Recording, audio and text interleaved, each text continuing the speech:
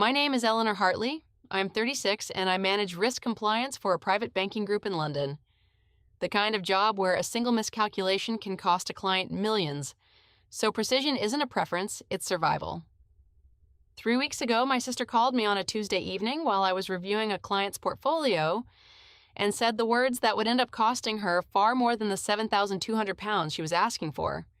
I need you to wire the money by Friday. It's for Poppy's Sweet 16. You'll do this for your niece, won't you? She didn't ask how I was. She didn't ask about my week.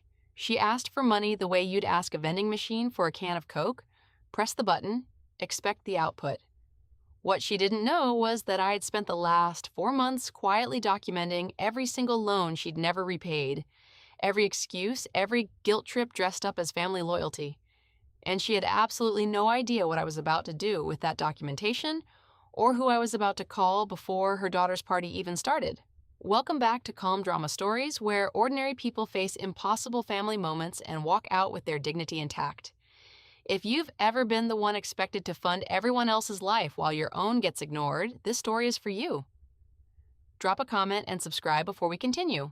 But let me take you back further because you need to understand who I was before that phone call and who my sister Victoria had always assumed I'd remain. I grew up in Reading, the eldest of 2 daughters, in a house where my father worked shifts at a distribution warehouse and my mother cleaned offices before dawn. We didn't have much, but what we had, my parents stretched with the kind of discipline you only learn from scarcity. I was the responsible one. Victoria, 4 years younger, was the golden one, the one who got away with everything because she cried the loudest and smiled the widest. I got a scholarship to study economics at Bristol, first in my family to go to university. I worked 2 part-time jobs to cover what the scholarship didn't, graduated with a first-class degree, and spent the next 12 years climbing, junior analyst, associate, senior compliance officer, and finally, at 34, head of risk compliance for one of the largest private banking groups in the country. Victoria took a different path. She married young to a man named Callum who worked in construction, had Poppy at 22, and spent the next 14 years living paycheck to paycheck while somehow always finding money for things that mattered to her. New sofas, holidays to Marbella, a car she couldn't afford, and whenever the gap between her income and her spending became too wide to ignore, there was always me, reliable, steady, guilt-ridden Eleanor who'd grown up believing that saying no to family meant you didn't love them enough. That belief cost me more money over the years than I care to admit. But it was about to cost Victoria something she never saw coming. The pattern started small, the way these things always do. When I was 26 and Victoria was 22, freshly married and pregnant with Poppy, she called me crying about a deposit she couldn't cover for their first flat, £1,200. I transferred it that night without asking a single question, because that's what you do for family, isn't it? She promised to pay it back within 3 months. She never mentioned it again, and neither did I, because bringing it up felt petty, felt like keeping score over something so small, except it was never small. It was the first entry in a ledger I didn't know I was keeping. When Poppy turned 5, Victoria needed £800 for a proper birthday party because Callum's hours had been cut that month. When Callum's van broke down 2 years later, it was £1,500 for repairs so he wouldn't lose contract work. When their landlord raised the rent and they were 3 weeks from eviction, it was £2,000, wired within the hour, because I pictured my niece sleeping in a car and couldn't live with myself otherwise. Christmas presents I quietly covered, school trips, a dental emergency, a just this once, that somehow became 11 times over 14 years. I never asked for a spreadsheet of what I'd given. I never once, not a single time, brought up repayment. But somewhere around year 8, I started noticing something uncomfortable. Victoria never asked our parents for money. She never asked Callum's family, who were comfortably middle class and lived 20 minutes away. She asked me. Every time, without fail, she asked me. And every time I paid, because I'd become exactly what I trained everyone to expect, the sister who always says yes. That Tuesday evening, the phone call about Poppy's 16th birthday wasn't unusual in tone. Victoria's voice had the same practiced warmth it always carried right before a request, the same rehearsed casualness. We're doing something really special for her sweet 16L, a proper venue, a DJ, the whole thing. Callum's between contracts right now, so I need you to wire 7,200 pounds by Friday. You'll do this for your niece, won't you? 7,200 pounds, not 800, not 2,000, 7,200, delivered with the same casual certainty she'd used to ask me to pass the salt. I sat there in my flat, laptop open to a client's risk exposure report, and I felt something shift in my chest that had nothing to do with anger and everything to do with clarity. I asked her one question, calmly, the way I'd question a discrepancy in a financial statement. Victoria, what happened to the money from your ISA? You mentioned last year you'd been saving for exactly this. There was a pause. 3 seconds, maybe 4. Long enough for me to hear exactly what I needed to hear. Not an answer, but the absence of one. That's not the point, Elle. The point is Poppy's my daughter, and you're her aunt, and family helps family. Are you seriously going to make this about money right now? Make this about money. As if money hadn't been the only language she'd ever spoken to me in for 14 years. I told her I needed a few days to think about it. She laughed, short and sharp, the laugh of someone who'd never once heard me say no and genuinely couldn't imagine it happening now. Think about it? Elle, the deposit's due Friday. There's nothing to think about. I hung up, and for the first time in 14 years, I opened a folder I'd started keeping 4 months earlier. One I never expected to actually need. I need to tell you about the folder because it wasn't born out of spite. It was born out of a conversation with my accountant 4 months earlier, during a routine review of my finances before I remortgaged my flat. She'd asked, almost offhand, "You've transferred quite a bit to one account over the years. Is this a loan arrangement? Do you have anything documented for tax purposes?" I laughed at first. Documented. I'd never documented a single transfer to Victoria in 14 years. I just paid quietly. The way you top up a phone, you've forgotten is even a subscription. That night, I went home and pulled every bank statement I had, going back as far as my records allowed. I am, by training, someone who cannot leave a discrepancy unexamined. It's the entire foundation of my career. So I built a spreadsheet: date, amount, stated reason, method of transfer. It took me 3 evenings to reconstruct everything from memory and statements, cross-referencing text messages and old emails where she'd asked.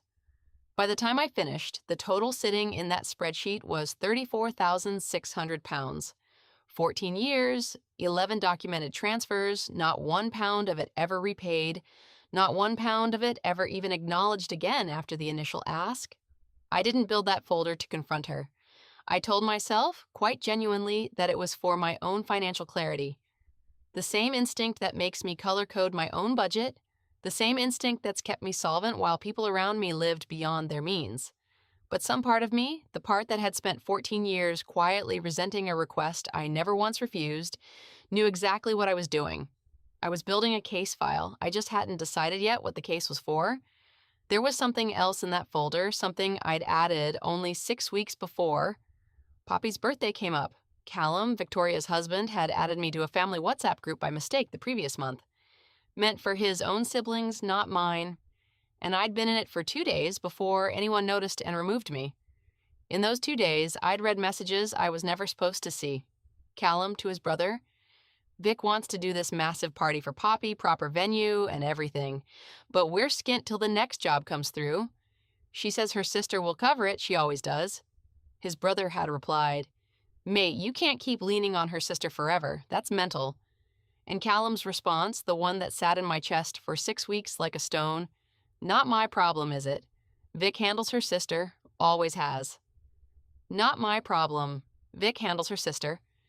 I screenshotted every message before I was removed from the chat. I filed it in the same folder as the spreadsheet, labeled it, and closed my laptop. I told myself I'd probably never need it. I was wrong. The Thursday before the party, 1 day before the deposit was due, Victoria called again, this time with less warmth and more edge in her voice.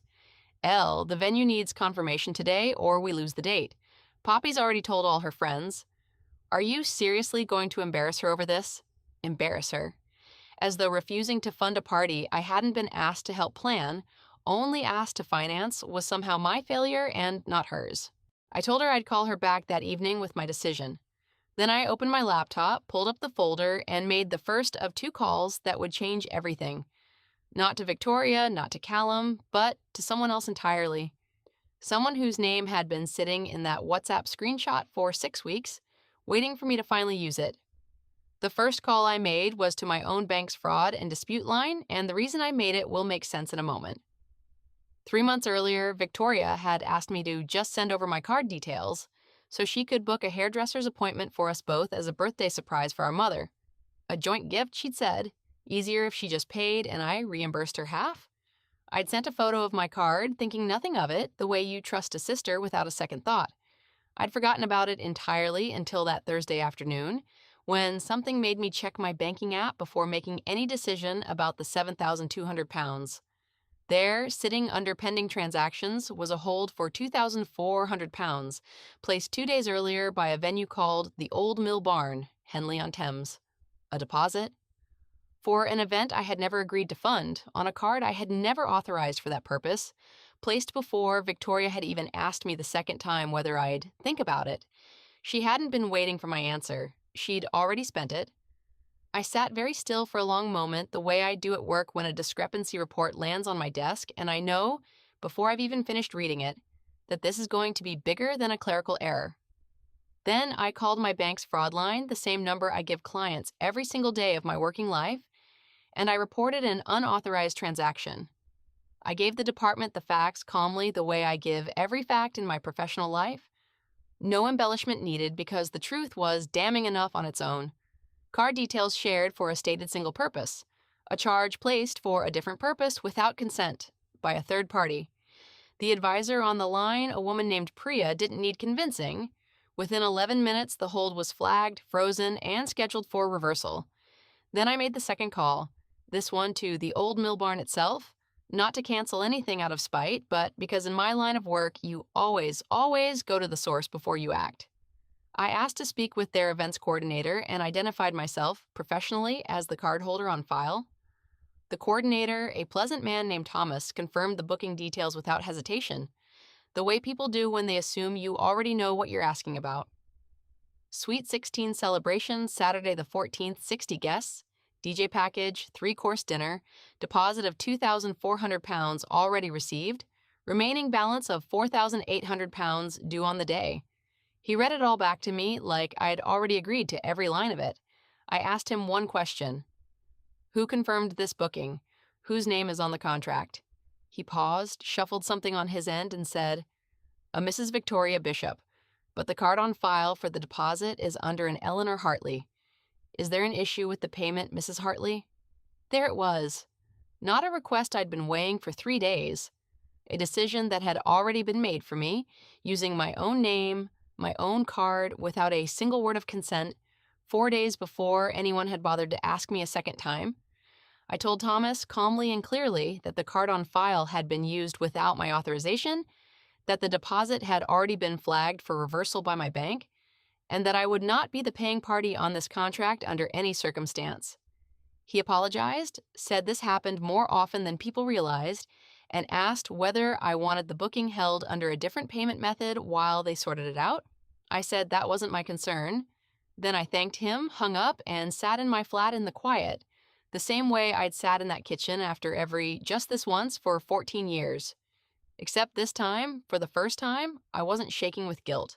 I was simply, finally, done. I opened my laptop, and instead of calling Victoria, I typed one message to her. Call me when you're free. We need to talk before Saturday. She called within 90 seconds. Victoria's voice, when I picked up, had already shed its warmth entirely. Elle, what did you do?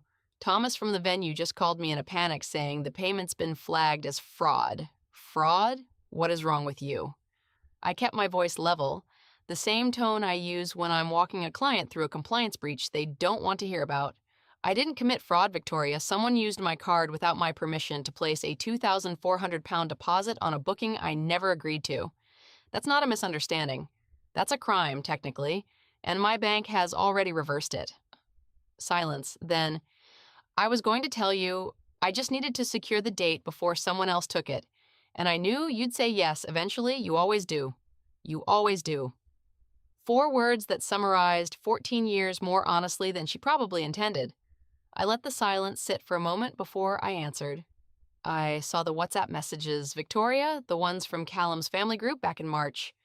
Vic handles her sister, always has. Do you know what that told me? It told me that in your house, I'm not family, I'm a line item, a resource you manage the way you'd manage a standing order. That's not fair, Elle. You're twisting one message. I'm not twisting anything. I built a spreadsheet, Victoria. 14 years, 11 transfers, 34,600 pounds. Not 1 pound repaid. Not 1 pound ever mentioned again once the money landed. I'm not angry about the money. I want you to understand that. I'm angry that you never once in 14 years asked me how I was doing before you asked me for something. I'm angry that you took my card details for a hairdresser's appointment that never happened and used them for a party I hadn't agreed to fund. That's not family taking care of family. That's family taking full stop. She started crying then, the way she always had when a conversation stopped going her way, and for 1 second the old instinct rose in me, the one that wanted to soften, to apologize for making her cry, to offer half the money as a compromise just to make the discomfort stop. I didn't. I let the silence hold the weight instead. Poppy's going to be devastated, she finally said, her voice cracking on cue. Are you really going to let your niece's party fall apart over this? I'm not letting anything fall apart, Victoria. You booked a party you couldn't afford using money that wasn't yours before you'd even asked the person you expected to pay for it. If you want to give Poppy a smaller celebration you can actually afford, I will happily help you plan it. No money, just my time. But I will not be wiring 7,200 pounds, and I will not be having my card used again without my knowledge. Ever. She hung up on me. I let her. Poppy's party happened 3 weeks later than planned, scaled down, 20 guests instead of 60, held in their own garden with a hired gazebo and a playlist Poppy made herself. Callum's brother, the one who'd warned him in that WhatsApp thread, apparently paid for the marquee hire, quietly, without telling Victoria where the money came from. I found that out from my mother, not from Victoria, because Victoria hasn't called me since that Thursday. I did send Poppy a card with a modest gift and a note that said only that I loved her and was proud of the young woman she was becoming. I never heard back, and I don't know if she ever saw it or if it was intercepted the way so many things in that house seem to be. That's the part that still sits heavy some evenings, if I'm honest with you. Not the money. Never the money. The quiet possibility that a 16-year-old girl might grow up believing her aunt simply stopped caring, when the truth is far more complicated than that. My mother called me 2 weeks after the party, cautious the way she always is when she's caught between her daughters. She didn't ask me to apologize, she just said, I always wondered how long you'd keep saying yes. I told her 14 years was long enough for anyone. Here's what 14 years taught me. Being needed and being loved are not the same thing. And it took a stranger in a fraud department 11 minutes to prove what I couldn't admit to myself in over a decade. If you've ever been the sister, the daughter, the friend who always says yes because saying no feels like betrayal, I need you to hear this. A boundary isn't a punishment. It's just the truth, finally spoken out loud. That's my story. One spreadsheet, one unauthorized charge, and one phone call that finally said no. If this reminded you of your own family bank account, share it with someone who needs to hear it. Drop a comment, hit subscribe, and I'll see you in the next one.